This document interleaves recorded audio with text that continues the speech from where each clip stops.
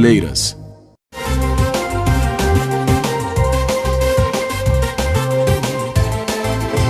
Olá, boa tarde. Boa tarde. Exclusivo. Nossos repórteres têm acesso ao projeto de construção do Ninho do Urubu. O documento mostra que o Flamengo informou à prefeitura que no local do alojamento existiriam apenas uma lavanderia, a administração e um estacionamento. Dia de despedidas. 3 adolescentes vítimas do incêndio são enterrados. E um dos sobreviventes vai deixar o hospital hoje. Brumadinho. Chega a 165 o número de mortos pelo rompimento da barragem da Vale. As equipes de resgate ainda buscam 155 desaparecidos. Hoje, psicólogos receberam os alunos da rede pública na volta às aulas. E ainda, um helicóptero cai numa rodovia em São Paulo e atinge um caminhão. O ex-governador do Paraná, Beto Richa, do PSDB, vira réu por corrupção passiva e organização criminosa. O presidente Jair Bolsonaro faz novos exames e melhora da pneumonia. A primeira audiência na justiça do brasileiro preso na Inglaterra, acusado de matar a ex-mulher. E os destaques do Grammy, a premiação mais importante da música. Teve polêmica por causa de um vestido chamativo. E a consagração de um rapper que denuncia a violência contra negros. O Jornal Hoje está começando.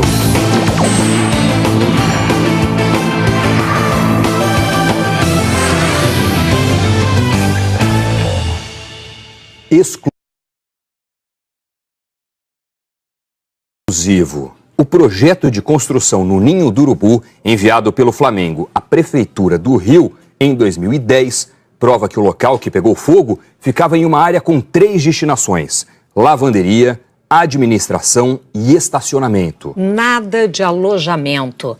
Veja na reportagem de Arthur Guimarães e Renata Capucci.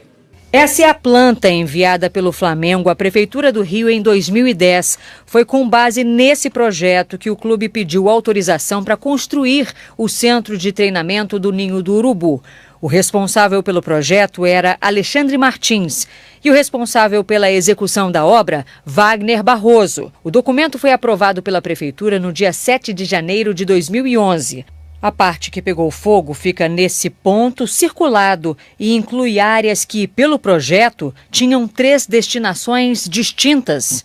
No bloco 7 ficariam depósitos e uma área de lavanderia e limpeza. No bloco 8, administração e serviços. E a parte em branco serviria de estacionamento.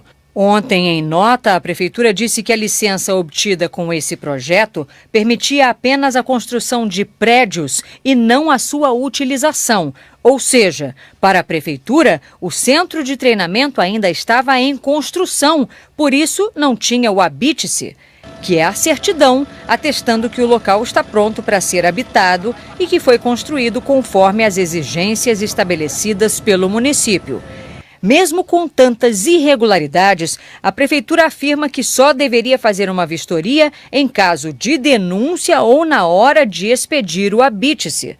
O Ninho do Urubu também não tinha alvará de funcionamento e chegou a ser interditado em outubro de 2017 e foi multado 31 vezes. Mas no sábado, o diretor executivo do Flamengo mostrou que o alojamento tinha registro do Conselho Municipal dos Direitos da Criança e do Adolescente, emitido em maio do ano passado.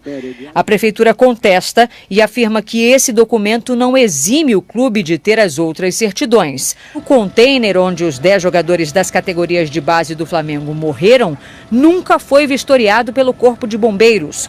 No ano passado, os bombeiros fizeram 3 vistorias nas instalações que constavam nesse projeto original. Durante as vistorias, várias pendências relacionadas ao sistema de segurança contra incêndio e pânico foram detectadas. Por isso, o clube não teve o certificado de aprovação para finalmente conseguir regularizar a sua documentação e conseguir o alvará de funcionamento. Mas, segundo o Corpo de Bombeiros, não foram constatados riscos que justificassem legalmente a interdição imediata do espaço. Os bombeiros afirmam que, em casos de processos de regularização, as vistorias são feitas sob demanda e nas áreas solicitadas, e que a estrutura provisória usada como dormitório dos jovens não estava entre essas solicitações. O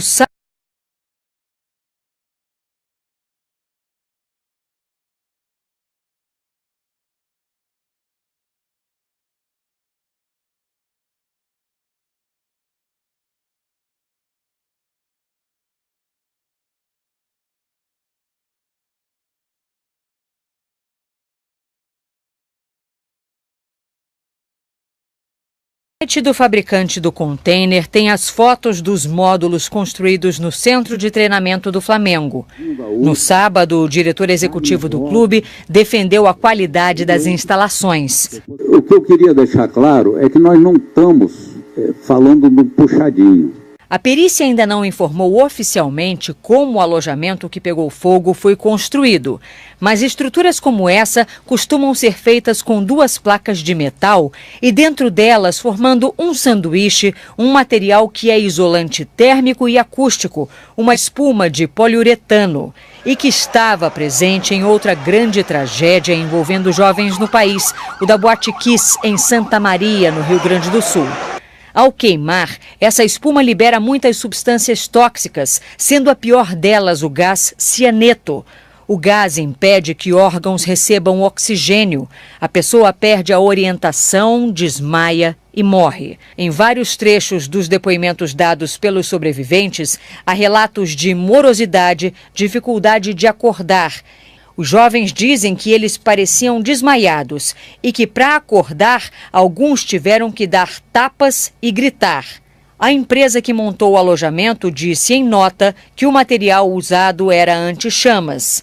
No depoimento prestado à polícia, um dos sobreviventes contou que um dos espaços destinados ao ar-condicionado tinha virado uma gambiarra, que o aparelho instalado era menor do que o buraco e havia sido preenchido por pedaços de madeira, plástico bolha e espuma. Naquela madrugada, havia 24 adolescentes no alojamento, com capacidade para 36. O único monitor de plantão estava na casa ao lado. Ele contou em depoimento à polícia que ouviu uma explosão e, ao sair, já encontrou tudo em chamas. Não houve relatos de que algum alarme tenha soado. 3 funcionários do Flamengo já estiveram na delegacia. O delegado responsável pelo caso disse que não há depoimentos previstos para hoje, mas amanhã devem ser ouvidos o gerente de patrimônio do Flamengo e 3 pessoas que trabalham no Ninho do Urubu e que estavam lá no momento do incêndio. A polícia também deve interrogar esta semana um representante da empresa que fabricou os módulos que serviram de alojamento. Sobre a planta original do Ninho do Urubu, enviada à Prefeitura em 2010, nós tentamos falar com o Flamengo e também com Alexandre Martins, responsável pelo projeto, e Wagner Barroso, responsável pela execução da obra, mas não tivemos retorno. Foram sepultados hoje pela manhã os corpos de 4 adolescentes que morreram vítimas do incêndio que atingiu o centro de treinamento do Flamengo na última sexta-feira. Um deles foi enterrado agora há pouco em Limeira, no interior de São Paulo, o jovem Riquelmo de Souza, chamado de Bolívia pelos amigos. Então a gente vai até lá falar com a repórter Ellen Sacconi, que está acompanhando tudo. Ellen, boa tarde para você. Oi, Sandra, Doni, boa tarde a todos. A gente vai acompanhando uma manhã de exaustão pela tristeza, sabe como é isso? Ainda algumas pessoas permanecem aqui, mas o enterro terminou por volta de 1h da tarde, estava marcado para as 10, eles resolveram adiar para receber alguns parentes e, enfim, terminou um drama que a mãe nos contou. A família estava muito reservada até então, mas resolveu falar porque eles receberam a informação da morte na sexta-feira, só conseguiram identificar o Riquelmo então no sábado à noite e a mãe disse que fazia questão de vir ao lado do filho para esse enterro aqui em Limeira. Agora, a segunda-feira não foi de luto só para Rosana, mãe do Riquelmo, não. Outros 3 jovens foram enterrados hoje. Com a camisa que o filho usava, a mãe de Riquelmo de Souza, de 16 anos, ainda busca forças para entender a perda. Assim que soube da morte do filho, ela viajou para o Rio de Janeiro para acompanhar o translado do corpo. Eu acho que eu ainda não digeri tudo isso, mas foi angustiante. Mas eu consegui trazer o meu filho, certo? O meu filho eu trouxe. Durante o velório esta manhã, parentes e amigos usaram uma camiseta com a foto do jogador que estava há 2 anos jogando no time carioca. Era um cara muito humilde, raçudo, batalhador mesmo. Passei minha vida inteira com ele, desde os 8 anos jogando juntos. É muito triste saber de uma situação dessa. Tristeza também no enterro de Jedson Beltrão dos Santos, o Jedinho. Em Itararé, interior de São Paulo, o corpo do atleta foi recebido com aplausos no ginásio onde ocorreu o velório. Os pais do jovem receberam abraços da família. No final da manhã, um cortejo levou o corpo de Jedinho até o cemitério municipal de Tararé. Mesmo quem não conhecia o garoto se emocionou. Também pela manhã, o corpo de um outro jovem, vítima do incêndio no centro de treinamento do Flamengo, também recebia homenagens. O corpo de Átila Paixão foi enterrado num pequeno cemitério da cidade de Lagarto, em Sergipe. Eu estava até com ele no sábado. Eu levei ele até para cortar o cabelo, né, um colega ali. Aí quando foi na quarta-feira, ele mandou um vídeo para mim de lá de dentro, ele com os amigos dele. Ia fazer 15 anos e já ia subir de base também. Átila era filho único e viajou para o Rio de Janeiro em março do ano passado, quando fez seus primeiros testes para o Flamengo. Em Além Paraíba, Minas Gerais, o corpo de Jorge Eduardo dos Santos chegou agora há pouco na cidade para o velório e enterro. Ele foi um dos últimos corpos a serem identificados e liberados pelo IML no Rio. Durante toda a tarde, amigos e parentes devem se reunir no ginásio, onde o corpo será velado. Outro jovem que vai ser enterrado hoje é Samuel Thomas de Souza Rosa, de 15 anos. O enterro será à tarde em São João de Miriti, na Baixada Fluminense. Um dos 3 jogadores que sobreviveram, mas se feriram no incêndio, deve sair do hospital ainda hoje. A repórter Larissa Schmidt está no hospital e tem os detalhes sobre essa notícia positiva. Boa tarde, Larissa, conta pra gente.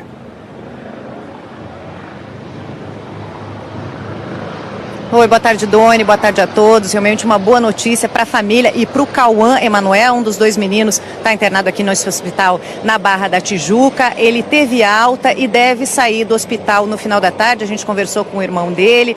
Eles têm 2 sentimentos, né, de tristeza por tudo que aconteceu e de alegria pelo irmão está se recuperando bem. Também está internado aqui no hospital. O Francisco Diogo, ele continua na CTI, ainda precisa de ajuda de oxigênio e ainda precisa passar por fisioterapia na respiração, né? O terceiro jovem ferido, que teve a situação mais grave de todas, o Jonathan Ventura, continua internado. Ele está num hospital que é referência para queimados, mas apresentou melhoras hoje, não teve febre, ele também saiu do sedativo e respira já de uma forma melhor. Esses 3 meninos, eles estavam no mesmo quarto do alojamento durante o incêndio e outros 2 que estavam no mesmo quarto com eles não conseguiram escapar. Eles conversaram com a repórter Renata Ceribelli, que conseguiu a autorização dos pais do Cauã e do Francisco para falar a respeito de tudo que eles viveram, e é o que a gente vai assistir agora.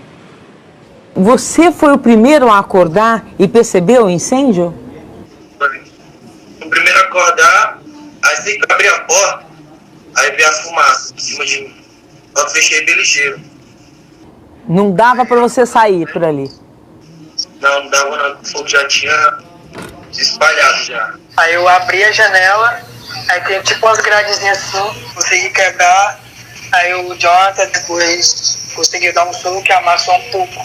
Aí o monitor, que é o que cuida da gente toda noite, ele me ajudou a tirar as grades assim, pra gente poder sair. Os outros 2 meninos continuaram no quarto? Sim, porque eu acho que ele já estava desmaiado já por trás da fumaça. Aí eu tentei gritar pelo Átila, só que ele não conseguiu acordar, e o Vitor Isaías também não. É uma dor, uma tristeza, ter perdido os meus colegas da minha categoria, que vivia todo dia comigo, trabalhando. E de pensar que quando eu sair, ter alta, voltar às atividades, e não ver aquelas pessoas ali brincando, sorrindo perto de mim, faz muita falta, sim. E o que vai te dar força para superar? Pedir a Deus primeiramente pelo livramento que ele me deu, agradecer e tudo, meus colegas que eu consegui ajudar, e que conforte, né, a família de cada um daqueles que não conseguiu sobreviver nesse acidente. Representantes da diretoria do Flamengo vão participar de uma reunião ainda hoje à tarde com promotores que investigam o incêndio. Ao vivo da sede do Flamengo, na Gávea, a repórter Raquel Honorato tem as informações. Raquel, boa tarde. Oi, Sandra, boa tarde para você, boa tarde para todo mundo que está assistindo a gente. O objetivo dessa reunião é falar sobre soluções imediatas para as famílias das vítimas, como, por exemplo, indenizações. E falar também sobre a regularização das instalações do Centro de Treinamento do Flamengo.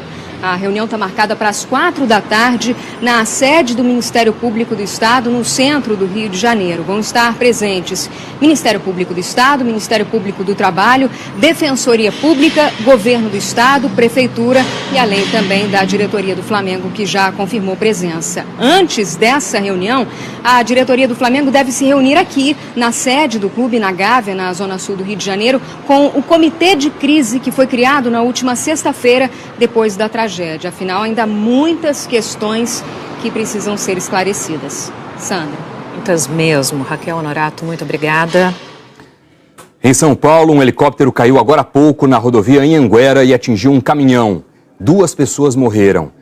O repórter Felipe Guedes está no Globocop e tem as informações ao vivo. Boa tarde, Felipe. Oi, Doni. Boa tarde. A gente veio para cá assim que essa notícia saiu da queda do helicóptero. A queda foi por volta do meio-dia. Os bombeiros vieram com o helicóptero da polícia, enfim, para resgatar possíveis sobreviventes, mas até agora a informação que nós temos é que os 2 ocupantes do helicóptero morreram nesse acidente. A queda foi na rodovia Anhanguera, no trecho que ela passa embaixo do Rodoanel. E o helicóptero, ele bateu nesse caminhão que estava passando pela rodovia e logo depois pegou fogo. A gente vê que a cauda dele ainda ficou ali na pista, uma cauda amarela. Esse helicóptero é do modelo Bell Jet Ranger 206. Ele pode transportar até 5 pessoas. É considerado um helicóptero muito seguro, desde que esteja com todas as manutenções em dia. E o que pode ter acontecido é uma pane, né? A gente conversou com alguns pilotos. Ele pode ter tentado pousar na pista, só que acabou batendo no caminhão. Hoje as condições climáticas aqui em São Paulo para voo elas estão boas, porque faz sol, apesar do vento forte, não é um vento de rajada, que é um vento que sempre deixa os pilotos aí em mais situação de alerta, e o trânsito aqui na rodovia está bem complicado, porque aquelas 2 faixas estão interditadas para perícia, enfim, todas as análises que vão ser feitas agora depois da queda desse helicóptero. O Corpo de Bombeiros, portanto, confirmou 2 vítimas que estavam dentro do helicóptero e disse que o motorista desse caminhão, ele teve ferimentos leves, foi atendido aqui mesmo na rodovia e já foi liberado. Doni. Felipe Guedes com informações ao vivo. Obrigado. Em Brumadinho, os bombeiros continuam trabalhando nas buscas pelo 18º dia. O número de mortos no acidente com a barragem da Vale já chega a 165. A repórter Manuela Borges está lá no Centro de Comando das Operações. Boa tarde, Manuela. Boa tarde, Sandra, Doni, boa tarde a todos. Olha, eu falo ao vivo aqui do Centro de Comandos, né, das operações em Brumadinho. Há pouco a Defesa Civil fez uma coletiva de imprensa, atualizou os números para a gente, além dos 165 mortes já confirmadas. Desse total, 160 corpos já foram identificados e 155 pessoas continuam desaparecidas. O trabalho de buscas continua intenso, muita gente continua trabalhando, são 376 pessoas trabalhando nos resgates, 158 são bombeiros aqui de Minas Gerais, 132 bombeiros de outros estados, 64 militares da Força Nacional e 22 voluntários. Agora, a gente acompanha também, né, que a lama, nesse momento, ela está mais compacta. Então, os bombeiros estão trabalhando mais por terra e as aeronaves continuam dando aquele trabalho, né, fazendo aquele trabalho de resgate dos corpos. Vamos acompanhar, então, o início desses trabalhos no 18º dia de buscas, na reportagem da Iana Coimbra. O dia de recomeço para 7.000 alunos e 24 escolas públicas de Brumadinho. Algumas escolas fizeram uma roda de acolhimento, um bate-papo para deixar os alunos mais à vontade. Apesar de termos todo mundo ter perdido um vizinho, um amigo, um parente, né, nós temos funcionários aqui que perderam irmãos, mas precisamos nos fortalecer, sermos cada dia mais unidos. Nessa escola municipal, um psicólogo está atendendo os estudantes. Os professores também estão de braços abertos.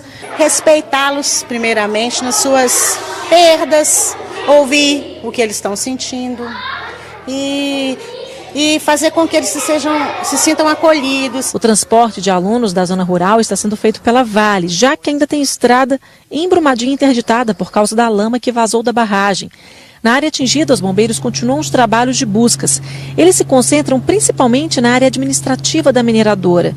39 máquinas pesadas são usadas para chegar aos corpos soterrados. Outro ponto de buscas continua sendo o Rio Paraopeba, porque os bombeiros acreditam que por causa das chuvas dos últimos dias, os corpos das vítimas podem ter se deslocado para essa área. Uma força-tarefa foi montada para apurar as causas do rompimento e os crimes ambientais, de falsidade ideológica e homicídios. A Polícia Civil ouviu até agora os depoimentos de 10 pessoas, a maioria funcionários da Vale que sobreviveram à tragédia. Quem teve sítio, plantação, comércio numa extensão de 10 quilômetros abaixo da barragem e que foi atingido pela lama, hoje começou a fazer um cadastro para receber uma doação oferecida pela Vale. Para os comerciantes, o valor é de R$15 mil. Quem perdeu imóvel vai receber R$50 mil. A casa nossa, que é o lugar da gente, né? E o carro que nós perdeu. Foi tudo embora. Os produtores rurais terão direito à doação de R$15 mil, independente do tamanho da área que perderam. O Ismael reuniu todos os documentos para fazer o cadastro. Tinha todo tipo de plantação, tem uma planta aqui do que eu tinha lá. Colhia hortaliça, verdura, hortifruti, criação de peixe, tinha 3 tanques, tá? Então dava uma renda, né? E de uma hora para outra, cortou tudo. O governo estuda alterar o decreto sobre desastres naturais e, com isso, não liberar os saques do FGTS para os atingidos pelo rompimento da barragem da mina do Córrego do Feijão em Brumadinho. Assim, caberia aos responsáveis pelo problema pagar com rapidez as indenizações. A liberação do FGTS para as vítimas do rompimento da barragem de Brumadinho foi anunciada em 28 de janeiro, 3 dias depois do desastre. O dinheiro não foi liberado porque depende da delimitação da área atingida pelo rompimento, que está sendo feita pelo governo de Minas. Mas aqui em Brasília, o governo federal está revendo essa decisão. O ministro do Desenvolvimento Regional, Gustavo Canuto, considera inadequado o uso do FGTS, que é uma poupança do trabalhador, para pagar prejuízos provocados por uma entidade privada. Nesse caso, a mineradora Vale. O ministro da Casa Civil, Onyx Lorenzoni, concorda. Os dois discutiram o assunto hoje. O FGTS é um recurso da pessoa. Que ao longo da sua vida, né, vai acumulando. Não é justo que um terceiro dê causa e a pessoa tenha que arcar com o seu próprio recurso, né? Então, também a própria AGU vai ter que entrar nessa circunstância, porque vai ter que ser cobrado da Vale. O decreto que trata de desastres naturais é de 2004, mas em 2015, depois de Mariana, foi modificado para incluir como natural o desastre decorrente do rompimento ou colapso de barragens. Na época, o governo Dilma afirmou que a mudança foi feita para acelerar a liberação do FGTS para as vítimas da barragem do Fundão. De acordo com a Caixa Econômica, 340 saques foram feitos, que somaram R$210 mil. O atual governo considera a vinculação um erro e quer forçar a Vale a pagar rapidamente as indenizações. Está em estudo a revogação da inclusão do rompimento de barragens na lista de desastres naturais. Se nós não tratássemos, por exemplo, da questão do fundo de garantia, nós poderíamos ver num tipo de desastre dele a partir de um enquadramento legal, um enquadramento injustificado. Porém, nós temos segurança que, ainda que a lei dissesse isso, o que os nossos olhos viram não se trata de um desastre natural. A Vale informou que não vai comentar a proposta de alteração no decreto dos desastres naturais e disse que vem tomando as ações imediatas para apoiar os atingidos e acelerar o pagamento de indenizações. O presidente do Supremo Tribunal Federal, ministro Dias Toffoli, quer que a Vale faça acordos com as vítimas do rompimento da barragem de Brumadinho, em Minas Gerais. A gente vai a Brasília para falar com Andréia Sadi, que tem mais informações sobre isso. Boa tarde, Andréia. Oi, Sandra, boa tarde para você, boa tarde a todos. O que o presidente do Supremo, o ministro Dias Toffoli, orientou a diretoria jurídica da Vale é que eles não levem esses pedidos de indenização de vítimas e familiares de vítimas à justiça, e sim que eles busquem acordos com essas vítimas. O ministro Dias Toffoli disse o seguinte, que a Vale, neste momento, precisa dar prioridade total a esse atendimento às vítimas. É na mesma linha do que diz o governo federal. O ministro do Meio Ambiente, Ricardo Salles, também tem se encontrado e feito reuniões com diversos integrantes do governo para discutir esse assunto, em relação às multas também da Vale. O ministro Dias Toffoli, nessa reunião com a diretoria jurídica da Vale na semana passada, inclusive reforçou que ele criou um observatório para monitorar desastres e também para dar celeridade a processos judiciais. Andréia, vamos mudar um pouquinho de assunto, porque o vice-presidente Hamilton Mourão disse que o governo federal pode aprovar a reforma da Previdência agora, até agosto mesmo? Sandra, o que ele diz é que se de fato o governo Bolsonaro conseguir fazer uma costura política, amaciar a base, como ele chamou, aqui no Congresso, na avaliação dele, a reforma da Previdência pode ser aprovada até agosto. Isso na Câmara e no Senado Federal. Assim que o presidente Bolsonaro se recuperar de sua cirurgia, a ideia do governo é que ele faça encontros com as bancadas, com líderes partidários, para fechar principalmente o texto em relação à idade mínima. Hoje a reforma da Previdência também foi assunto de uma conversa entre o presidente da Câmara, o deputado Rodrigo Maia, e a Procuradora-Geral da República, Raquel Dodge. Maia foi fazer uma visita de cortesia à procuradora e também aproveitou para falar da reforma da Previdência. Sandra. Ok, Andréa Sade, muito obrigada. O presidente Jair Bolsonaro apresenta melhora no tratamento da pneumonia. Ele fez novos exames hoje de manhã. A repórter Elaine Basti acompanha e traz informações ao vivo. Boa tarde, Elaine. Boa tarde, Doni. O presidente Jair Bolsonaro acordou bem, sem febre e, segundo os médicos, está tendo uma ótima recuperação. Hoje cedo ele fez uma tomografia de tórax que mostrou uma grande melhora em relação ao quadro pulmonar dele. Jair Bolsonaro teve uma pneumonia bacteriana diagnosticada na última quarta-feira e, por causa disso, ele continua tomando antibióticos. Aos poucos, os médicos vão suspendendo a nutrição que ele recebe por veia e mantém uma dieta cremosa. Jair Bolsonaro tem feito pequenas caminhadas pelo corredor e está fazendo também exercícios para fortalecer a parte respiratória e também a parte respiratória e também a muscular. A expectativa é que ele tenha alta ainda esta semana. O próximo boletim médico deve sair às 5 horas da tarde. Doni, Sandra. Elaine, obrigado pelas informações. O ex-governador do Paraná, Beto Richa, do PSDB, virou réu na ação que investiga um esquema de recebimento de propinas de 6 empresas que cobram pedágio no Paraná. A Justiça aceitou a denúncia contra Richa e contra mais 32 pessoas pelos crimes de organização criminosa e corrupção. Segundo o Ministério Público, o esquema desviou mais de 8 bilhões de reais com aumentos de tarifas e obras não executadas em rodovias federais do Paraná. Richa foi preso nessa operação no mês passado e saiu da cadeia no dia 1º de fevereiro. A defesa de Beto Richa informou que vai só se manifestar nos autos do processo. Uma jovem de 21 anos foi assassinada pelo ex-namorado hoje de madrugada em Tupã, no interior de São Paulo. Tayla Alana Alves de Souza estava saindo para trabalhar quando foi baleada no peito. O ex-namorado dela, Alessandro da Silva, de 25 anos, foi preso e confessou o crime. Ele também mostrou para a polícia onde tinha escondido a arma do crime. Os dois namoraram por 7 meses e há 5 tinham terminado. Tayla tinha um filho de 3 anos de um outro relacionamento. A polícia de Surrey, na Inglaterra, acusou um brasileiro de ter assassinado a ex-mulher a facadas na sexta-feira. Ricardo Godinho, de 41 anos, está preso e hoje vai ter a primeira audiência em um tribunal britânico. Vamos a Londres com a correspondente Cecília Malan, que acompanha o caso. Boa tarde, Cecília. Boa tarde, Doni. Sandra, a polícia confirma que a Aline Mendes, de 39 anos, foi morta à luz do dia depois de deixar 3 dos 4 filhos numa escola primária em Surrey, no sudeste aqui da Inglaterra. Segundo testemunhas, um dos filhos presenciou o ataque. Ainda de acordo com a polícia, que chamou o caso de chocante, a Aline não resistiu aos ferimentos. 2 homens foram presos 1h30 depois do crime, o ex-marido de Aline e um suspeito de ter ajudado, mas que já foi liberado. Investigadores foram de porta em porta para ouvir possíveis testemunhas e dar segurança para a população local. Uma campanha virtual já ultrapassou a meta de 40 mil libras, equivalente a quase 200 mil reais, para ajudar no traslado do corpo de Aline e pagar os custos legais envolvidos na proteção dos 4 filhos dela. Por enquanto, essas crianças estão num abrigo, seguindo o procedimento local daqui. Tony, Sandra. Cecília Malan, obrigado.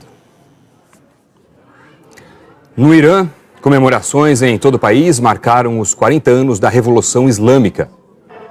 Em Teherã, milhares de pessoas enfrentaram a chuva para comemorar a revolução, que deu poder aos aiatolás. Em um discurso, o presidente Hassan Rouhani disse que vai ampliar o poder militar e o programa de mísseis balísticos do país, apesar da pressão internacional. O Irã fechou um acordo nuclear com grandes potências ocidentais em 2015, mas o governo de Donald Trump retirou os Estados Unidos do tratado no ano passado e reimpôs sanções econômicas. Em meio ao aumento de tensão, um comandante da Guarda Revolucionária disse que se os Estados Unidos atacarem o Irã, as cidades israelenses de Tel Aviv e Haifa vão ser destruídas.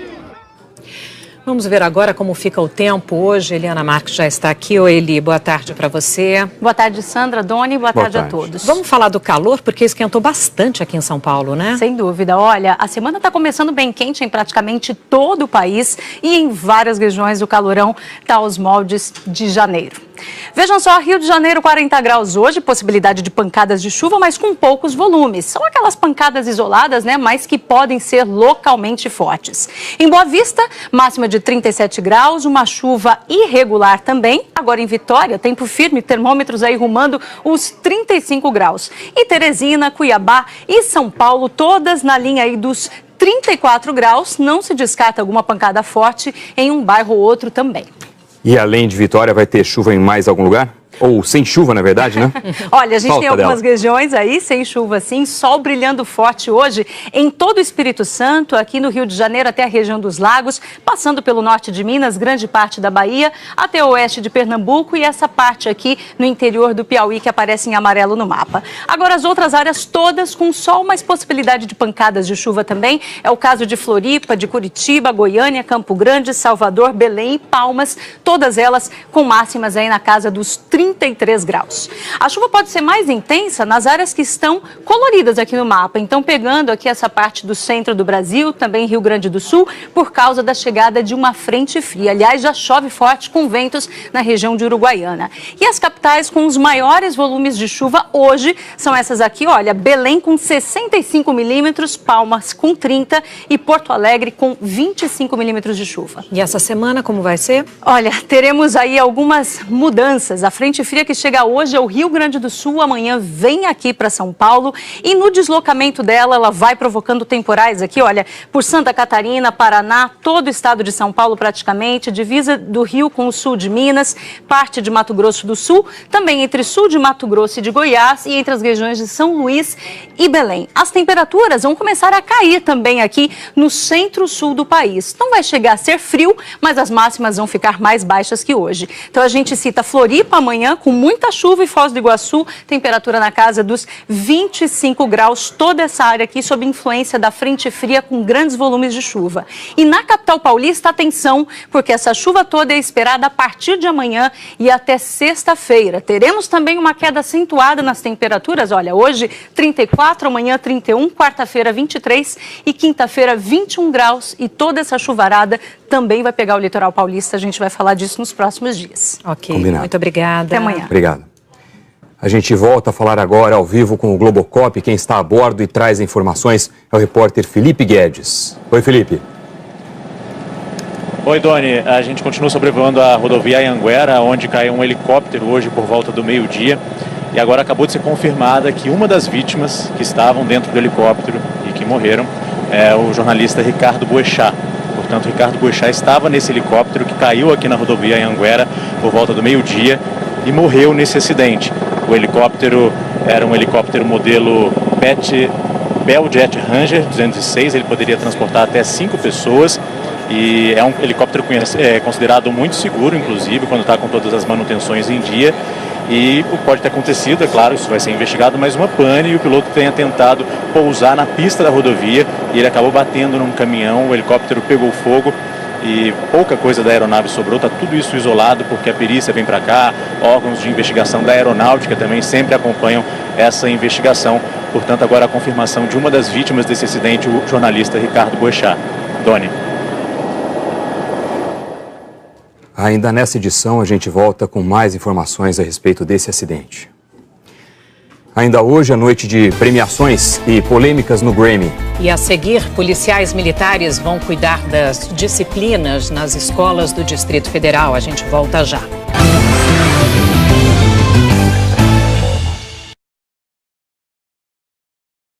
Agostinho e Linneu estão numa sintonia que dá gosto. Meu projeto de vida, todo homem tem que ter um projeto na vida. Ei, esse me livrar do Linneu. Então, Agostinho, nossos projetos são coincidência. Hoje, depois da sessão da tarde, o álbum da grande família. Aproveite as últimas unidades sem aumento de preço. EcoSport com sistema multimídia com versões a partir de R$ 69.990 e taxa zero em 36 vezes. Aproveite! Escolher o quê, quando e onde estudar. A forma de aprender mudou e a Uninter está à frente. Os cursos de graduação e pós-graduação à distância combinam o que tem de mais moderno em tecnologia digital com o melhor conteúdo. Só aqui o aluno ganha kit de laboratório portátil, livros e pacote de softwares, além de contar com o suporte do nosso polo na sua cidade. Inscreva-se em uninter.com, o maior centro universitário do Brasil. Uninter.com. Hoje, depois do Jornal da Globo, uma nova aventura de Flash. E amanhã... Meu nome é Alfred. Eu tinha outro nome, mas agora ele é proibido. A exibição especial do primeiro episódio da série mais polêmica e premiada da televisão internacional. Não leva ela, por favor, não leva ela! The Handmaid's Tale, o conto da Aya. O drama que venceu 11 prêmios Emmy e 2 Globos de Ouro. Você quer voltar a ver sua filha? Toda essa loucura vai acabar e aí vamos achar ela. Eu juro. The Handmaid's Tale, o conto da Aya. Amanhã, depois do Jornal da Globo, no Cine Globoplay. Bendito seja o fruto. E a temporada completa da série você vê no Globoplay.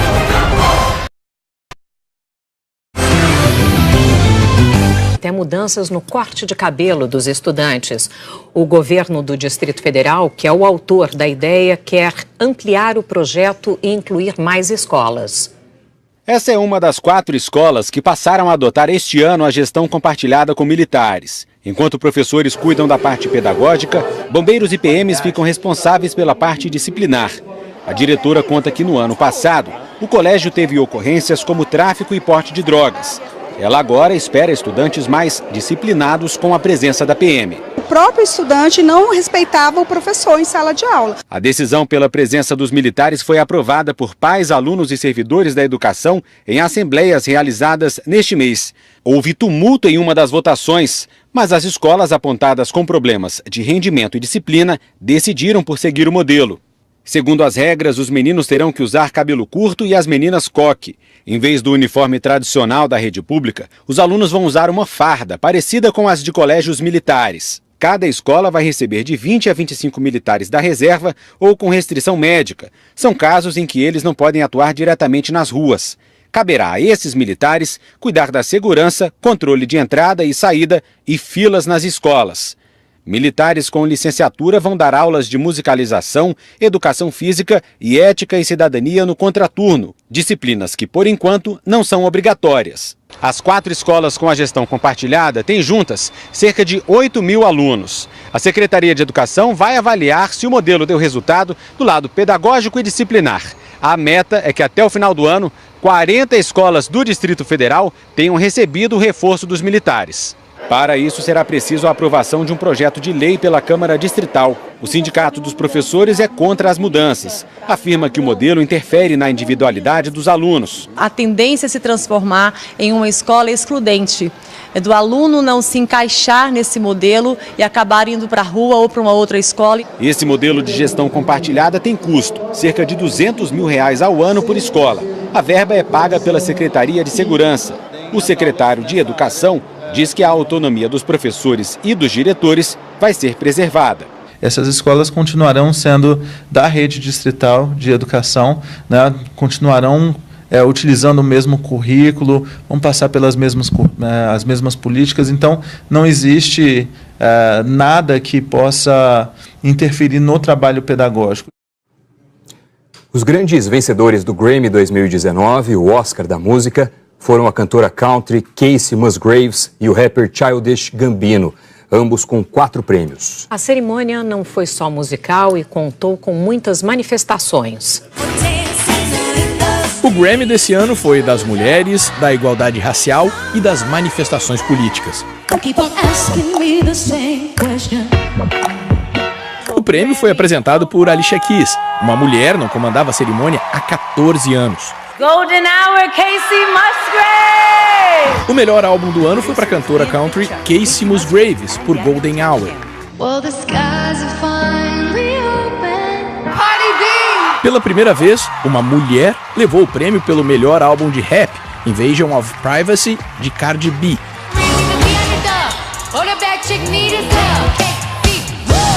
A revelação do ano foi a cantora britânica Dua Lipa, e Lady Gaga ganhou 3 prêmios, inclusive o de melhor performance pop por Shallow.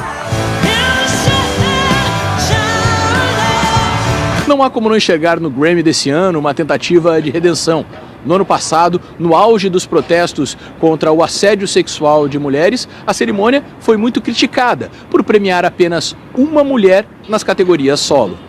This is America. O rapper Childish Gambino, que não foi à premiação, levou 4 prêmios, incluindo música e gravação do ano para This is America. Foi o primeiro rap a ganhar essas categorias na história do Grammy. A canção é um manifesto antirracismo. This is America. Entre as manifestações políticas, a cantora e ex-primeira-dama Michelle Obama. Ela falou sobre a importância da música, mas sua presença foi muito mais simbólica que suas palavras e ela foi a mais aplaudida da noite.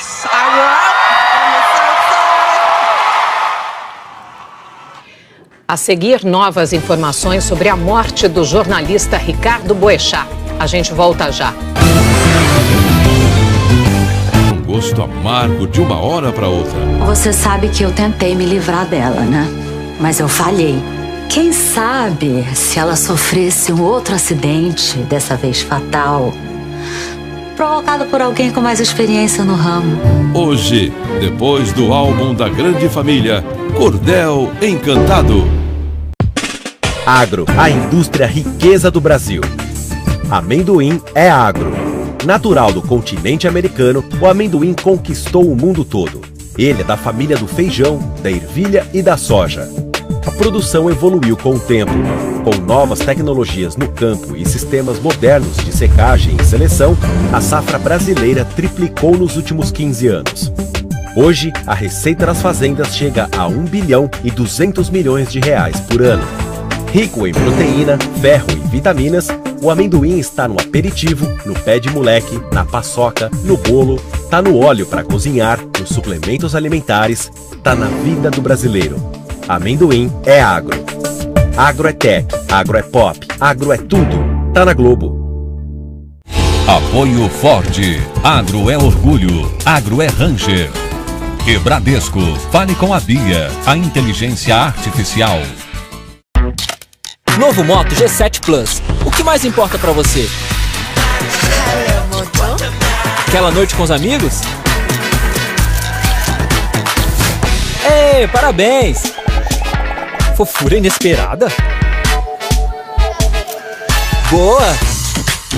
Seu cachorro dormindo? É, parece que isso importa mesmo. Conheça a nova família Moto G7.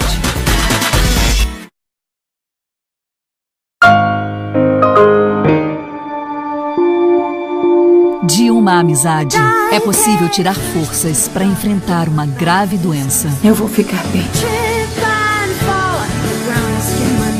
Pega antes que eu mude de ideia. Daqui a pouco, um momento pode mudar tudo. Aos amigos, velhos e novos, mas acima de tudo, a Kate. Na sessão da tarde.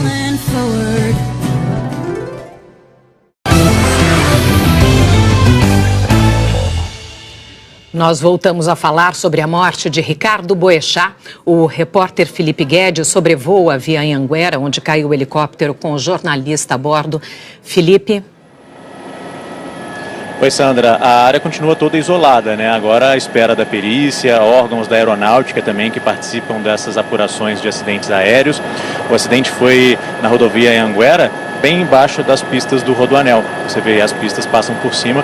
O helicóptero, ele bateu nesse caminhão, que está aí parado, com a cabine bem danificada, e depois pegou fogo. Sobrou pouca coisa do helicóptero, a gente vê aí na pista a cauda dele, era um helicóptero amarelo, e ali embaixo do viaduto, do rodoanel, na parte da grama, tem um resto da hélice também. Esse helicóptero é um Bell Jet Ranger 206, ele é considerado muito seguro quando está com as manutenções em dia, né? E é um helicóptero grande, ele pode transportar até 5 pessoas.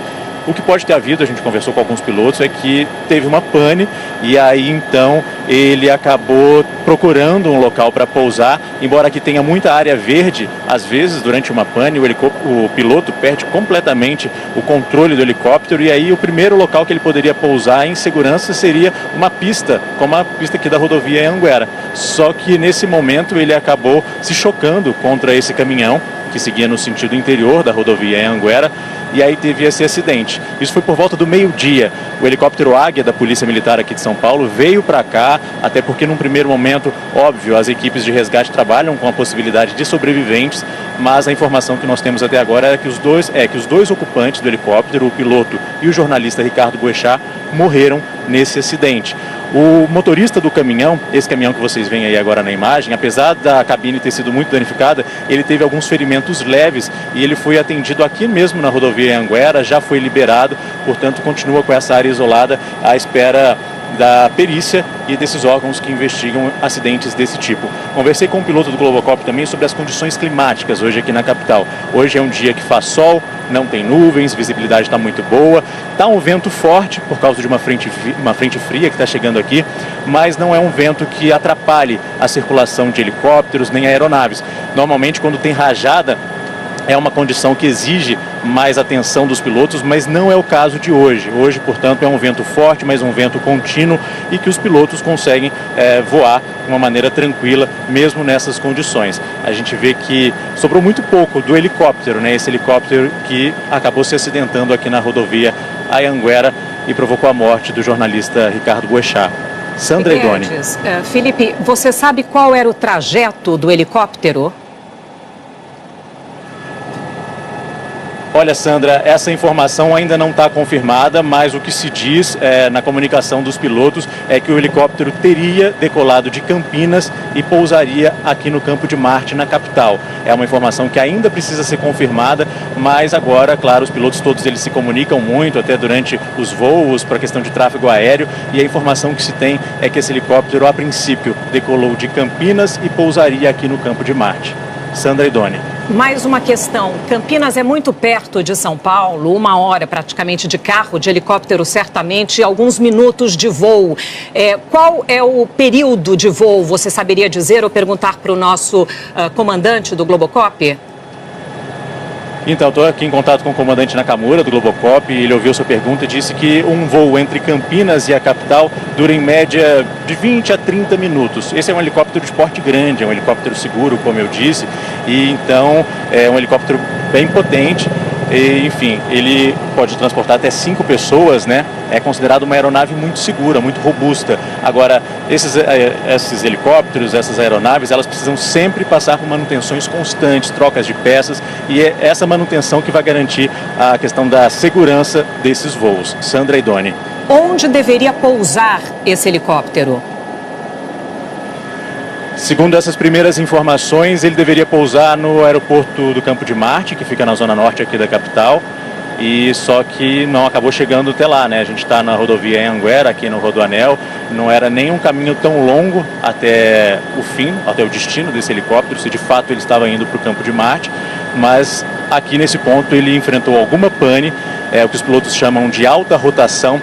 Num momento como esse, os protocolos, o treinamento dos pilotos dá conta que eles precisam procurar o primeiro local seguro para pousar. E aqui poderia ser nessa área mais de mata, nos canteiros centrais, ou até mesmo na pista de uma rodovia.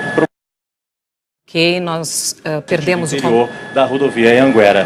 Sandra e Doni. Ok, Felipe, no finalzinho nós perdemos um pouco o contato com você. Muito obrigada pelas suas informações. Vamos ver agora outras informações. Quem acompanha do chão é a repórter Luísa Vaz. Oi, Luísa. Boa tarde, Doni. Boa tarde, Sandra. A gente está o mais perto que a gente consegue desse ponto do acidente. A área toda foi isolada pela Polícia Rodoviária Militar. Daqui a gente consegue ver partes do helicóptero, também o caminhão que está bastante estragado e também a movimentação de policiais, funcionários da concessionária de pedágio e também de peritos do CENIPA, que é o Centro de Investigação e Prevenção de Acidentes Aeronáuticos. A gente já está aqui há algum tempo e esses peritos eles estão fotografando, analisando as partes do helicóptero que estão aqui na rodovia Anhanguera, no sentido interior do estado. Para quem vai pegar a estrada, a rodovia Anhanguera, o acesso ao Rodoanel pela Anhanguera está bloqueado, completamente interditado. Não tem como passar, justamente porque tem esse caminhão aqui, esse caminhão que acabou fazendo parte do acidente.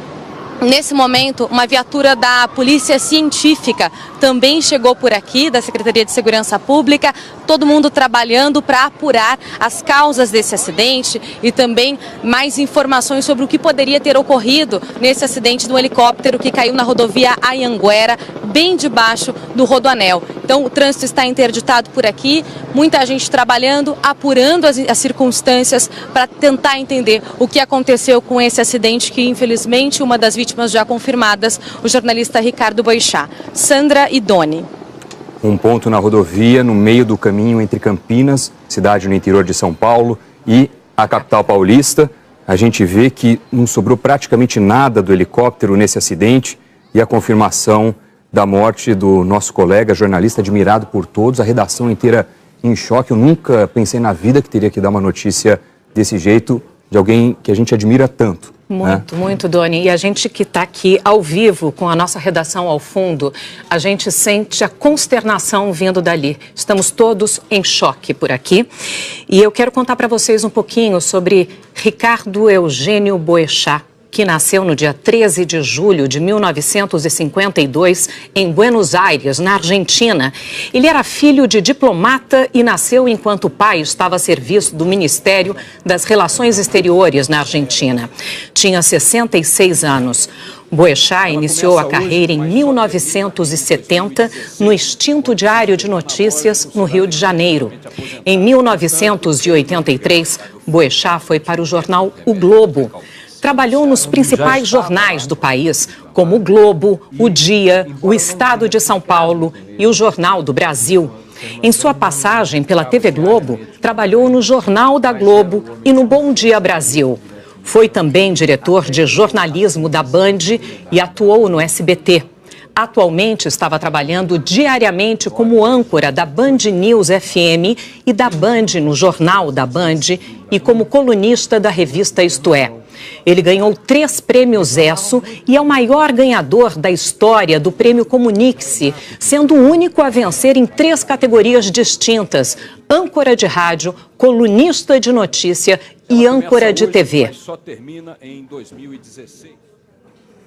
A gente volta agora a conversar com a repórter Luísa Vaz, que está bem perto do ponto onde caiu o helicóptero. Luísa. Doni, informações a respeito do motorista do caminhão. A polícia não divulgou a identidade dele, apenas nos informou que ele foi atendido aqui no local, mas ele teve apenas algumas escoriações, se machucou muito pouco e logo em seguida ele foi atendido aqui na rodovia e liberado. Nesse momento, ele presta depoimento numa delegacia da capital, o 46DP, para contar o que ele viu, o que aconteceu. Algumas pessoas que estão por aqui, tem alguns curiosos aqui na rodovia, que continua bloqueada no sentido interior do estado, quilômetro 7 da rodovia Anhanguera, no sentido Campinas. O acesso ao Rodoanel está bloqueado. Infelizmente, a morte de 2 pessoas nesse acidente, mas o motorista do caminhão teve ferimentos leves, não precisou nem ser encaminhado a um hospital e, nesse momento, presta depoimento numa delegacia da capital. Sandra e Doni. Obrigado, Luísa. A aeronave em que estava Ricardo Boechat era um Bell Helicopter prefixo PT-HPG, fabricado em 1975. Ele tem capacidade para 5 pessoas, sendo 1 piloto e 4 passageiros. Esse modelo de aeronave é considerado seguro. Ricardo Boechat deu um depoimento ao Memória Globo. Entre outras coisas, ele contou como foi o seu início no jornalismo. Quando cheguei no final dos anos 60, eu não aguentava mais, aquilo já não correspondia mais às minhas ansiedades, entendeu? Eu queria fazer coisas, queria, enfim, realizar coisas. Eu não tinha determinado para mim mesmo que ia entrar em jornalismo, nem nada disso. Eu até achava que a minha vocação natural era um pouco para essa área humana e tal, mas não tinha clareza do que queria, nunca cheguei a ter. Aliás, ao contrário, fiz um teste vocacional que o colégio impunha na época, mas eu nem sei o que deu. Não me lembro de ter ouvido o resultado. E ele aí me ofereceu não, você vai lá. Nós vamos ao vivo a Brasília falar com a repórter Camila Bonfim. Camila, quais são suas informações? Oi, Sandra, boa tarde para você. As informações são do CENIPA, o Centro de Prevenção e Investigação de Acidentes Aeronáuticos. Há pouco o CENIPA, então, divulgou informações, soltou uma nota oficial em que diz o seguinte, que os investigadores do 4º Serviço Regional de Investigação e Prevenção de Acidentes Aeronáuticos já começaram a realizar o que eles chamam de ação inicial de ocorrência, envolvendo a aeronave em que estava o jornalista Ricardo Boechat. Essa ação inicial é justamente o começo do processo de investigação e, segundo o CENIPA, possui os seguintes objetivos: coletar dados ali da questão do acidente, fotografar cenas, retirar partes da aeronave para análise, reunir documentos e também ouvir o relato das pessoas que estavam ali, que podem ter testemunhado esse acidente, justamente para tentar refazer a sequência dos fatos. Tudo isso ajuda muito nas investigações. Essa investigação realizada pelo CENIPA, segundo a nota divulgada há pouco, tem o objetivo de prevenir que novos acidentes com as mesmas características ocorram também. Há pouco o presidente Jair Bolsonaro lamentou a morte do jornalista, diz que recebeu essa notícia com pesar. Assim também como o ministro da Casa Civil, Onyx Lorenzoni, que disse o seguinte: meus sentimentos à família e amigos de Ricardo Boechat. Sandra. Ok, Camila Bonfim, muito obrigada pelas suas informações. A gente volta a conversar agora com a repórter Luísa Vaz, que tem novas informações. Oi, Luísa. Oi, Doni. Olha, a todo momento chegam novas viaturas, mais equipes da Polícia Rodoviária aqui no local, além, é claro, dos técnicos do CENIPA que estão aqui, como a Camila estava explicando, fazendo essa apuração, fotografando tudo, tentando esclarecer os motivos, as causas desse acidente. Ao fundo, agora que saiu a viatura que estava ali na frente, a gente consegue ver bem o caminhão que foi atingido quando o helicóptero caiu na rodovia. A gente vê que ele ficou muito destruído, o para-brisa quebrado, a lataria amassada, mas o motorista não se feriu gravemente. Ele teve alguns arranhões, foi atendido aqui na rodovia mesmo, liberado em seguida e agora está na delegacia prestando depoimento, uma delegacia da capital, na cidade de São Paulo, prestando depoimento para também ajudar a esclarecer os motivos, as causas desse acidente de helicóptero. O helicóptero que transportava um piloto e o jornalista Ricardo Boechat caiu aqui na rodovia Anhanguera, na pista sentido interior do estado, na pista sentido Campinas, perto do meio-dia. Ele atingiu esse caminhão que passava pela rodovia e pegou fogo em seguida. Aqui na pista da rodovia ficaram apenas algumas partes do helicóptero. A gente consegue ver a cauda do helicóptero, que era da cor amarela, mas o restante do helicóptero a gente não consegue ver. Em seguida, o Corpo de Bombeiros já foi acionado, o helicóptero Águia chegou a estar no local, porque havia a preocupação de que o motorista do caminhão pudesse estar ferido gravemente, mas em seguida, quando esse motorista foi atendido com apenas alguns arranhões, o helicóptero já deixou o local. Nesse momento permanecem viaturas da Polícia Rodoviária, viaturas também da concessionária de pedágio, além de peritos que estão analisando o local do acidente. Sandra e Doni. Luísa Vaz, você tem informações sobre o comandante desse helicóptero, o piloto? Ele foi identificado já, não? Sandra, aqui no local do acidente a gente ainda não tem nenhum tipo de informação a respeito da identidade, nem do piloto e nem do motorista do caminhão que está na delegacia prestando depoimento no local. A Polícia Militar, a Polícia Rodoviária não trouxe nenhum porta-voz aqui para o local do acidente. As informações, a gente está conversando aqui com os policiais no local, levantando uma informação ou outra, como por exemplo o estado de saúde do motorista do caminhão, mas por enquanto nós não temos a informação sobre a identidade identidade do piloto do helicóptero. Sandra. Obrigado, Luísa, por enquanto. O primeiro chamado para o acidente foi ao 12h14.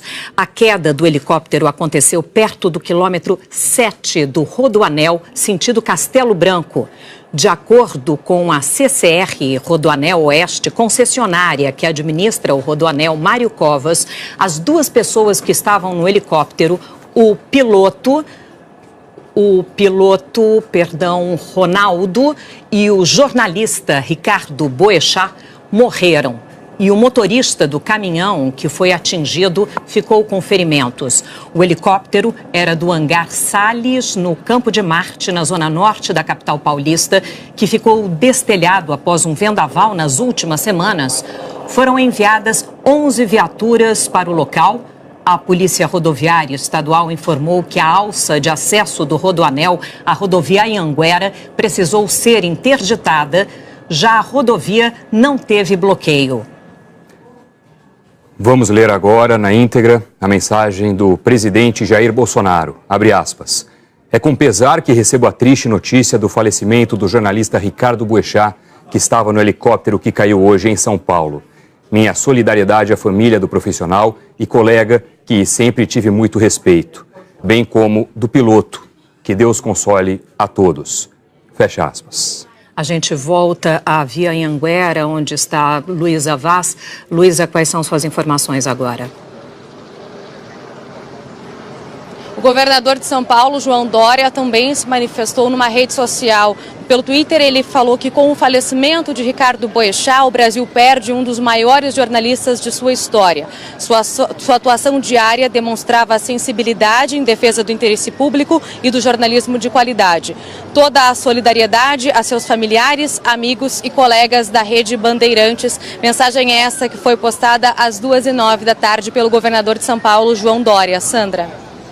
Luísa Vaz, muito obrigada pelas suas informações.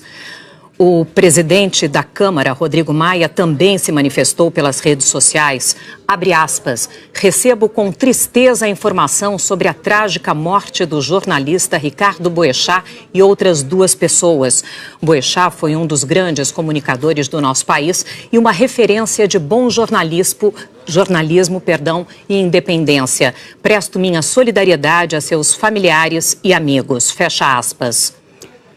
O helicóptero onde estava Ricardo Boechat e o piloto caiu. Vamos ver aí mais uma vez as imagens do acidente.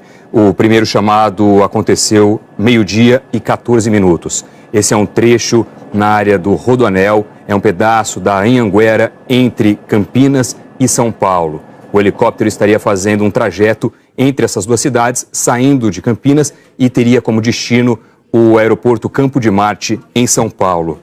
A queda aconteceu perto do quilômetro 7 do Rodoanel, no sentido Castelo Branco. A gente vê aí mais uma vez as imagens. Na queda, o helicóptero atingiu um caminhão. Já foram confirmadas as mortes do piloto e também do jornalista Ricardo Boechat, que estava a bordo. Nós sabemos que essa aeronave era um Bell Helicopter prefixo PT-HPG, fabricado em 1975. Essa aeronave tem capacidade para 5 pessoas, sendo um piloto e 4 passageiros.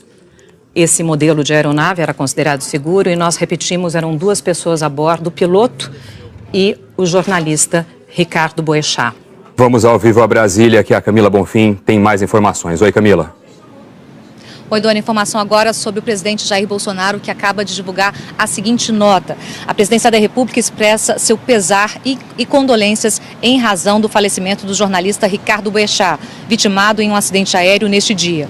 O país perde um dos seus principais profissionais da imprensa brasileira. E a nota segue. Sentiremos a falta de seu destacado trabalho na informação da população, tendo exercido sua atividade por mais de 4 décadas com dedicação e zelo. Há pouco também, o presidente da Câmara, Rodrigo Maia, também divulgou uma nota oficial dizendo o seguinte: recebo com tristeza a informação sobre a trágica morte do jornalista Ricardo Boechat e outras 2 pessoas. Boechat foi um dos grandes comunicadores do nosso país e uma referência de bom jornalismo e independência. Presto minha solidariedade a seus familiares e amigos. Há pouco também a gente recebeu informações oficiais da ANAC, que é a Agência Nacional de Aviação Civil.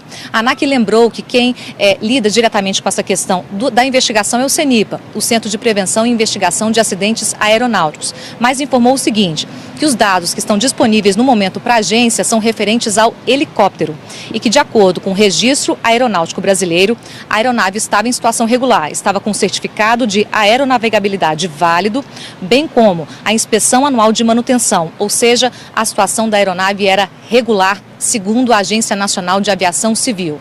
E há pouco também, a informação que a gente tem aqui, o ministro da Casa Civil, Onyx Lorenzoni, também divulgou uma nota oficial lamentando a morte do jornalista, em que diz: meus sentimentos à família e a amigos de Ricardo Boechat. Sandra, Doni. Obrigado, Camila. No depoimento ao Memória Globo, Boechat contou detalhes de como entrou e começou na carreira no Diário de Notícias no Rio de Janeiro. Vamos acompanhar. Boechat, liga aí não sei para onde, vê se vai fazer curso, não sei o quê. E aos pouquinhos foram me dando tarefas. Note que eu mal bati a máquina, eu não tinha noção de rigorosamente nada, tinha morado a vida inteira em Niterói. O Rio de Janeiro para mim era o exterior. Eu não tinha noção entendeu? Quer dizer, eu não tinha nenhum equipamento que não a pretensa ideologia e a vontade, o desejo de andar sozinho para poder me credenciar um emprego. Não tinha nada disso. Mas era uma época mais generosa, acho eu. Quer dizer, era outra. Então, eles foram me dando tarefas e eu fui me familiarizando com aquele cotidiano. A gente volta a falar agora com a repórter Luísa Vaz, que está em um ponto bem próximo de onde caiu o helicóptero. Oi, Luísa. Doni, a área permanece isolada e, nesse momento, os policiais rodoviários aguardam a Polícia Civil, que vai fazer a perícia aqui no local. A delegacia responsável por essa apuração vai ser o 46DP, que fica na região de Perus, zona norte da capital. É justamente nessa delegacia que o motorista do caminhão que se envolveu no acidente, que foi atingido pelo helicóptero, está agora prestando depoimento e explicando o que ele viu, o que aconteceu no momento do acidente. Lembrando que esse motorista, embora a gente olhe o estado do caminhão com para-brisa quebrado e tudo mais, esse motorista teve apenas ferimentos leves. Ele foi atendido aqui na rodovia mesmo e liberado em seguida para prestar depoimento. O helicóptero que caiu aqui na rodovia Anhanguera, perto do meio-dia, atingiu esse caminhão que seguia no sentido interior do estado, no sentido Campinas, né? Para quem não é aqui de São Paulo, a rodovia Anhanguera é o principal acesso da capital à cidade de Campinas. O helicóptero caiu aqui por volta do meio-dia e nesse helicóptero estava um piloto, de quem a gente ainda não tem a identidade confirmada, e o jornalista Ricardo Boechat. Doni. Obrigado, Luísa. Por enquanto, nós só sabemos o primeiro nome do piloto, que é Ronaldo, mas ainda não temos o nome completo dele. E nós gostaríamos de relembrar um pouco da trajetória de Ricardo Eugênio Boechat, que nasceu no dia 13 de julho de 1952, em Buenos Aires, na Argentina. Ele era filho de diplomata e nasceu enquanto o pai estava a serviço do Ministério das Relações Exteriores na Argentina. Ele estava com 66 anos. Boechat iniciou a carreira em 1970 no extinto Diário de Notícias, no Rio de Janeiro. Em 83, Boechat foi para o jornal O Globo. Trabalhou nos principais jornais do país, como O Globo, O Dia, O Estado de São Paulo, Jornal do Brasil. Em sua passagem pela TV Globo, trabalhou no Jornal da Globo e no Bom Dia Brasil. Foi também diretor de jornalismo da Band e atuou no SBT. Atualmente estava trabalhando diariamente como âncora da Band News FM e da Band, no Jornal da Band, e como colunista da revista Isto É. Ele ganhou 3 prêmios ESSO e é o maior ganhador da história do Prêmio Comunique-se, sendo o único a vencer em 3 categorias distintas: âncora de rádio, colunista de notícia e âncora de TV. O helicóptero onde estava Ricardo Boechat caiu em um ponto da rodovia Anhanguera e é lá onde está a repórter Aliás, a gente vai falar agora com o repórter Felipe Guedes, que está a bordo do Globocop e tem as informações do alto. Oi, Felipe. Oi, Doni. A gente acabou de falar com a mulher de Ricardo Boechat. Ela disse que ele saiu de fato de Campinas e que o voo iria ou para o heliponto da Band ou para algum heliponto próximo, porque ele pretendia almoçar em casa. A Band fica no bairro do Morumbi, aqui na zona sul de São Paulo. Segundo o comandante Fabiano, que está com a gente agora aqui no Globocop, até lá, desse ponto aqui até lá, são cerca de 12 minutos de voo.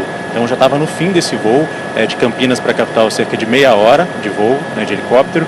Então ele já estava na parte final, quando aconteceu o acidente aqui em cima da rodovia Anhanguera, bem próximo ao trecho com o Rodoanel.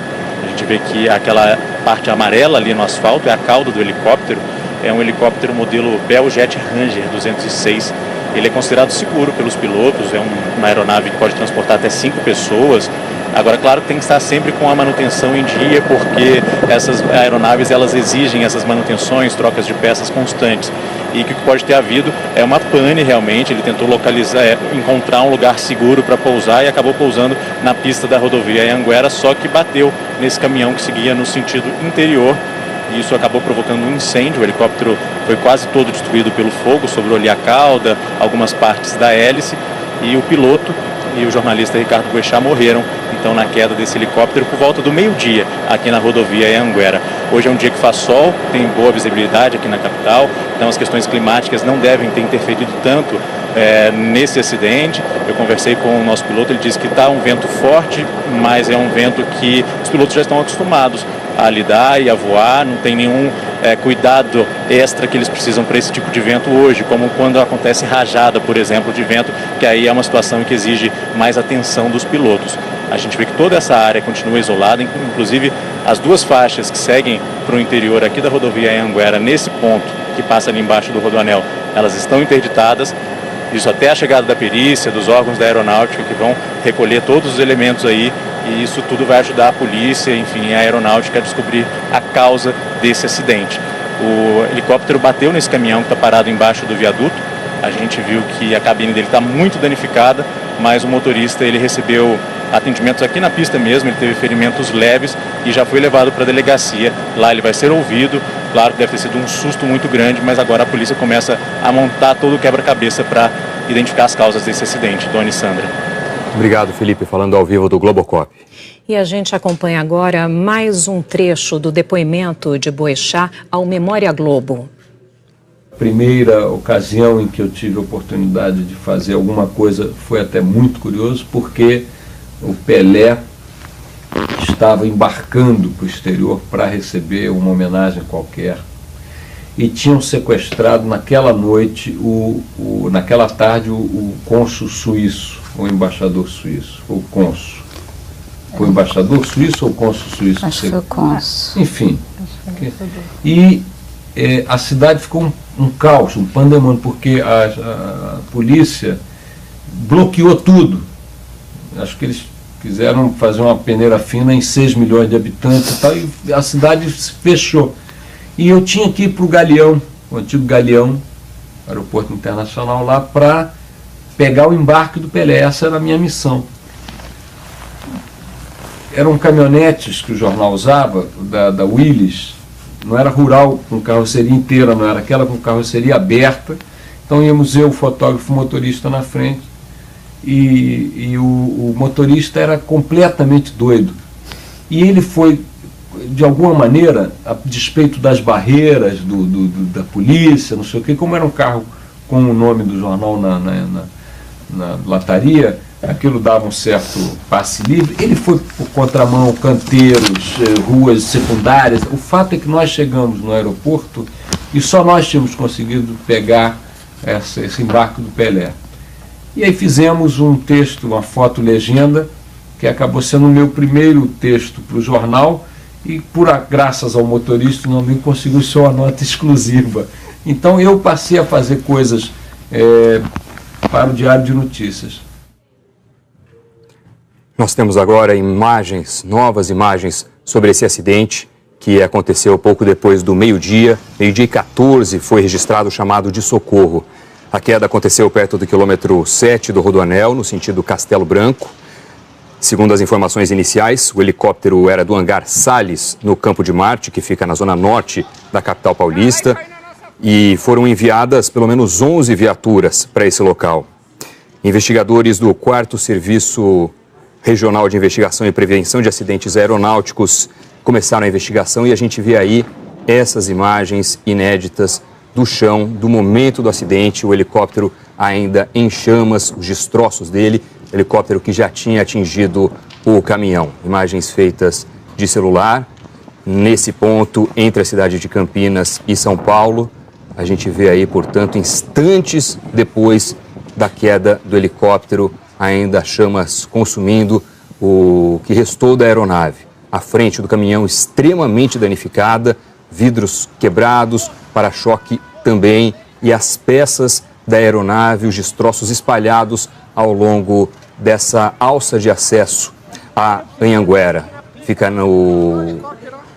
na região do Rodoanel, numa alça de acesso a Anhanguera, que liga São Paulo a Campinas. A distância entre as duas cidades é de cerca de 90 quilômetros, um trajeto de meia hora de helicóptero, 1 hora de carro aproximadamente. E aí, logo depois do acidente, as pessoas tentando abrir a porta do caminhão, onde o motorista também se machucou.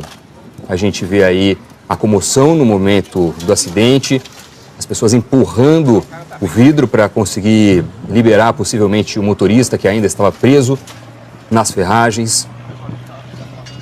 E aí as cenas exatas do momento em que a aeronave caiu e a gente vê aí todas as peças, os estilhaços espalhados, os destroços da aeronave espalhados na rodovia. Nós voltamos a Brasília com Camila Bonfim, que tem mais informações. Camila. Oi, Sandra. O presidente do Senado, Davi Alcolumbre, acaba de se manifestar sobre a morte do jornalista Ricardo Boechat. Em nota disse o seguinte: foi em estado de consternação e tristeza que recebi a notícia da morte inesperada do jornalista Ricardo Boechat. Era um profissional reconhecido pelo trabalho e senso crítico aguçado, revelado nos principais meios de comunicação. Envio meu sentimento de solidariedade e apoio fraterno aos seus colegas de trabalho e a toda a sua família. O presidente do Senado segue em nota dizendo que tem certeza que os brasileiros lamentam a morte de Boechat e que fica a saudade e o respeito pelo homem e jornalista que sempre demonstrou ser. O presidente do Senado falou então que tem o apoio fraterno também aos parentes e amigos dos demais ocupantes do helicóptero que fatalmente caiu em São Paulo. A gente também tem informações sobre a ANAC, Agência Nacional de Aviação Civil, que disse que a situação do helicóptero era regular. A ANAC diz o seguinte, que os dados que estão à disposição mostram que, de acordo com o registro aeronáutico brasileiro, a aeronave estava com certificado de aeronavegabilidade válido, bem como a inspeção anual de manutenção, ou seja, estava tudo em situação regular.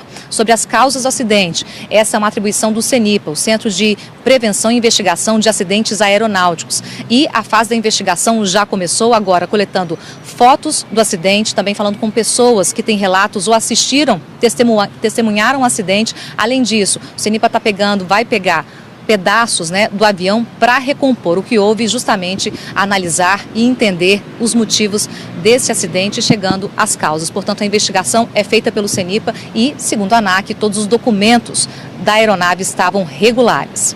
Dona e Sandra. Camila, obrigado por enquanto. A gente vai conversar agora com o repórter Bruno Tavares, ele que está em frente à casa onde morava o jornalista Ricardo Boechat. Oi, Bruno. Oi, Doni, boa tarde para você, boa tarde a todos. A gente fala aqui do bairro do Jardim Europa, na zona oeste aqui da capital paulista, onde morava o jornalista Ricardo Boechat. Nós chegamos aqui há mais ou menos 10 ou 15 minutos e o que a gente observou foi uma grande quantidade de amigos da mulher de Ricardo Boechat e também amigos do casal que chegam aqui à casa a todo momento para prestar essa solidariedade à família. A gente observa que os carros vão chegando, vão estacionando dentro da garagem, também aqui na rua. Esse é um bairro tranquilo aqui da capital paulista, o trânsito é quase inexistente aqui na rua e as pessoas então vão chegando, a maioria não quer dar declarações, elas entram. A gente inclusive está um pouco à distância nessa casa, inclusive para respeitar esse momento da família, e as pessoas então estão chegando. A informação que a gente tem é de que o jornalista Ricardo Boechat era aguardado aqui por volta de meio-dia e 15. Aqui não há heliponto por perto, então a gente não tem informação exata se o jornalista Ricardo Boechat pousaria aqui próximo ou próximo da TV Bandeirantes e viria para cá de carro. A informação que nós temos é de que ele era guardado aqui na casa dele. A gente continua aqui acompanhando essas informações. Agora há pouco os bombeiros também confirmaram que o piloto da aeronave, Ricardo Quattrucci, também é um dos mortos dessa queda de helicóptero. A todo momento a gente observa, mais uma vez, são familiares e também amigos do casal que chegam aqui para prestar solidariedade. A gente tem informação de que a mulher do jornalista Ricardo Boechat está lá dentro. Ela se emocionou muito quando soube da notícia. Diretores da TV Bandeirantes vieram pessoalmente aqui conversar com a mulher do jornalista. E o que a gente observa então é essa movimentação de pessoas que vêm aqui prestar solidariedade à família. Além da mulher, Ricardo Boechat também tinha 2 filhas pequenas que moravam aqui com ele. Segundo me disseram aqui vizinhos do casal, as filhas têm 10 e 11 anos, são pequenas ainda.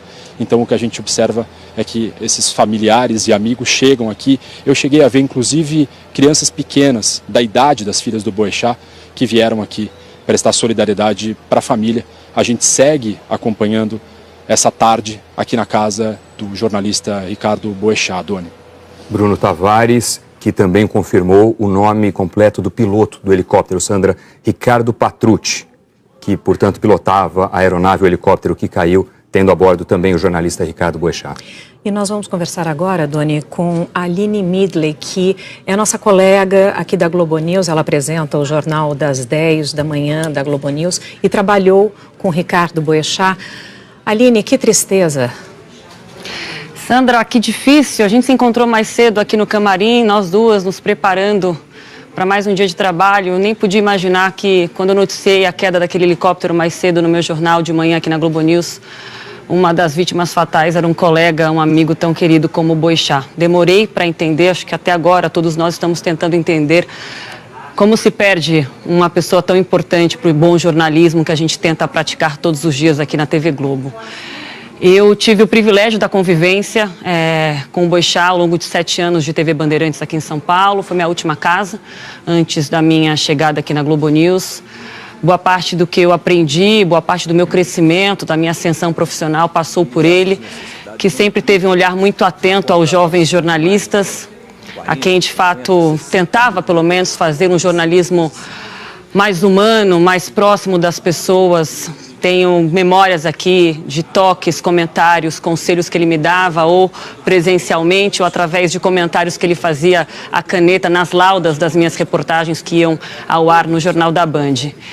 E eu sei que nós todos estamos de luto, o bom jornalismo está de luto, porque acho que ele tinha uma capacidade de comunicar muito própria, muito autêntica, se arriscava a errar, mas sempre pensando no interesse público, na melhor maneira de contar e comentar determinados assuntos, por vezes muito polêmicos.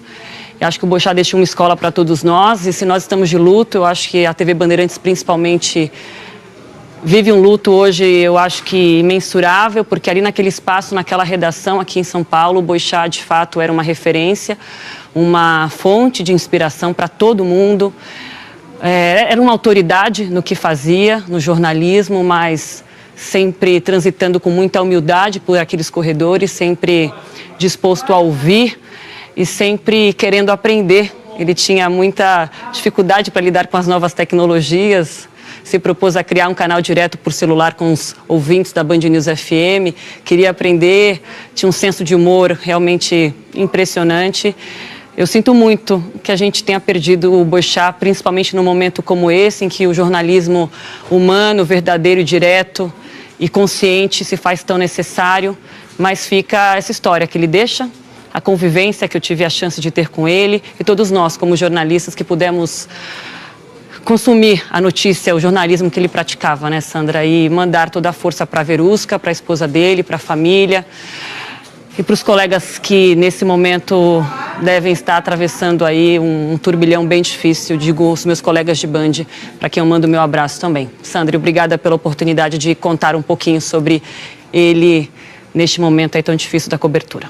Aline, nós aqui agradecemos as suas palavras, nós fazemos nossas as suas palavras, embora eu não tenha trabalhado com ele, eu o conhecia, colega, uma pessoa, você mesmo disse, muito bem-humorada. Nossa missão que é noticiar e tentar apurar os fatos da maneira mais precisa possível, em nome do nosso colega Ricardo Boechat. E eu chamo agora Felipe Guedes, que está no Globocop sobrevoando a Via Anhanguera. Felipe, quais são suas informações nesse momento? Oi, Sandra. Alguns investigadores já estão aí, da Polícia Civil, a Polícia Rodoviária Estadual também está aqui.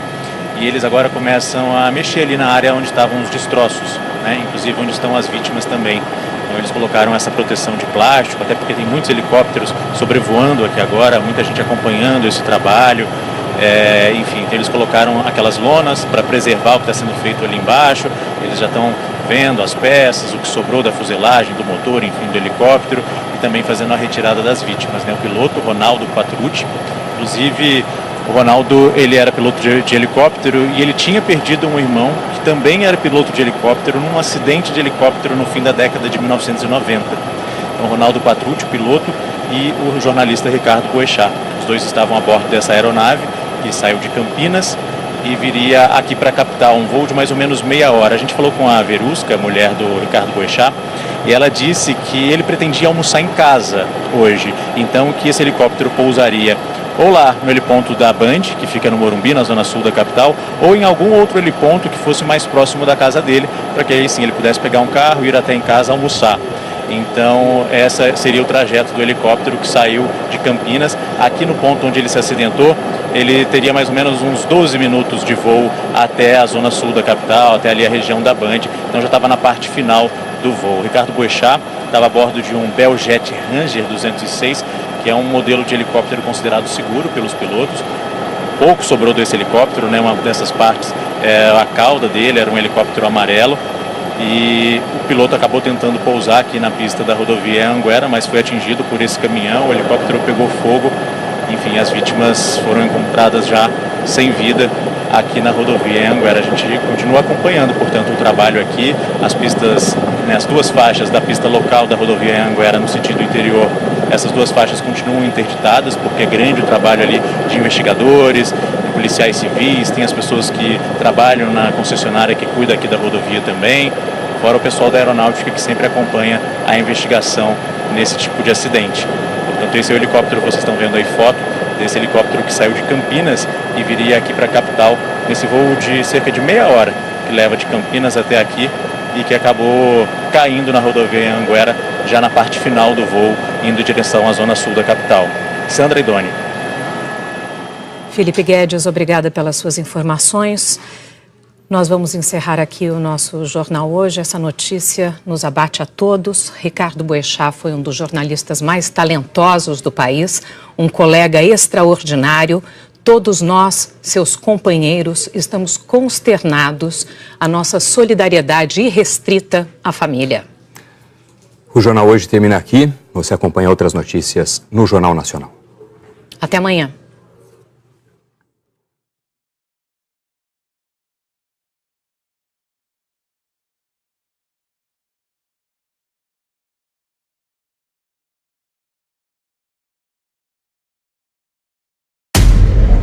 Paredão.